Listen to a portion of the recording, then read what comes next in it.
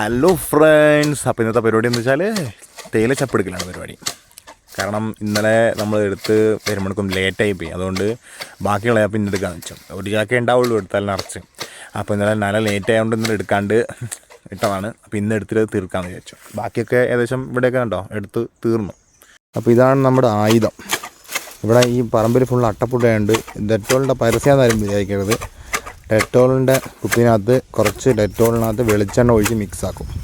എന്നിട്ട് നമ്മൾ കാലിലേക്ക് വെച്ച് കൊടുക്കും. അതാണ് അട്ട കടിക്കാണ്ടിരിക്കാനുള്ള വേറൊരു മാർഗ്ഗം. നമ്മൾ കാല് പൊള്ളാണ്ടിരിക്കാൻ വേണ്ടിയിട്ടാണ് വെളിച്ചെണ്ണ തേക്കുന്നത്. ചപ്പ് പല രീതിയിലാണ് എടുക്കുക ഗൈസ്. ഒന്നാമത്തെ കാര്യം എന്ന് വെച്ചാൽ ഇങ്ങനെ ഇതുപോലെ ഈ നുള്ളി ഇങ്ങനെ എടുക്കുന്ന ആൾക്കാരുണ്ട്. പിന്നെ രണ്ടാമത്തെ കാര്യം എന്ന് വെച്ചാൽ ഈ കത്രിക വെച്ചിട്ട് കട്ട് ചെയ്തെടുക്കുന്ന ആൾക്കാരുണ്ട്. പിന്നെ ഒരു മെഷീൻ ഉണ്ട്, ഇങ്ങനെ അങ്ങ് ഉരച്ച് കൊണ്ടുപോയാൽ മതി, ഫുൾ അങ്ങ് വെട്ടിയാകത്ത് വീണോളും. അതാണ് ഏറ്റവും എളുപ്പം.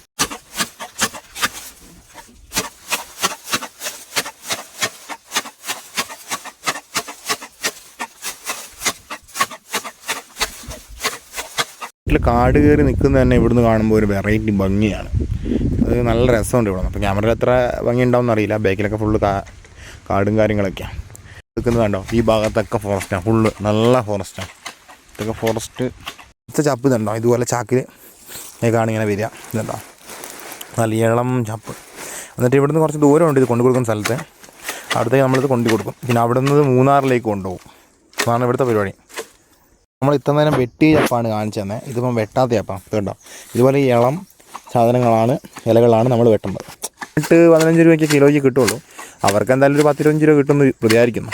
അല്ലാണ്ട് എന്തായാലും ഇവിടുന്ന് മൂന്നാർക്കാണ് എന്തായാലും ഫാക്ടറിയിലേക്ക് കൊണ്ടുപോകുന്നത്. അപ്പോൾ എന്തായാലും ലാഭം ഉണ്ടാവുമല്ലോ. അപ്പോൾ എന്തായാലും ഒരു 10-25 രൂപ കിട്ടാണ്ടിരിക്കില്ല എന്ന് എനിക്ക് തോന്നുന്നു.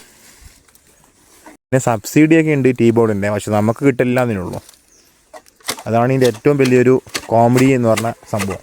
വല്ലപ്പോഴും ഒക്കെ കിട്ടിയാൽ കിട്ടി. നമ്മൾ ഈ അപേക്ഷ ടീ ബോർഡിൻ്റെ കൊടുക്കണേ തമിഴ്നാട്ടിലൊക്കെ പോയിട്ട് വേണം. ഇത് ഗൂഡല്ലൂർ അല്ലേ, ഗൂഡല്ലൂർ പോയിട്ട് വേണം ഇതിൻ്റെ അപേക്ഷയും കാര്യങ്ങളൊക്കെ കൊടുക്കാൻ. എന്നാലും നമുക്ക് സബ്സിഡിയും കാര്യങ്ങളൊക്കെ കിട്ടും. പക്ഷെ അവിടെ വരെ പോയി വരുന്ന നോക്കുമ്പോൾ സബ്സിഡി കൊടുക്കാത്തേ നല്ലത് ഫ്രണ്ട്സ്.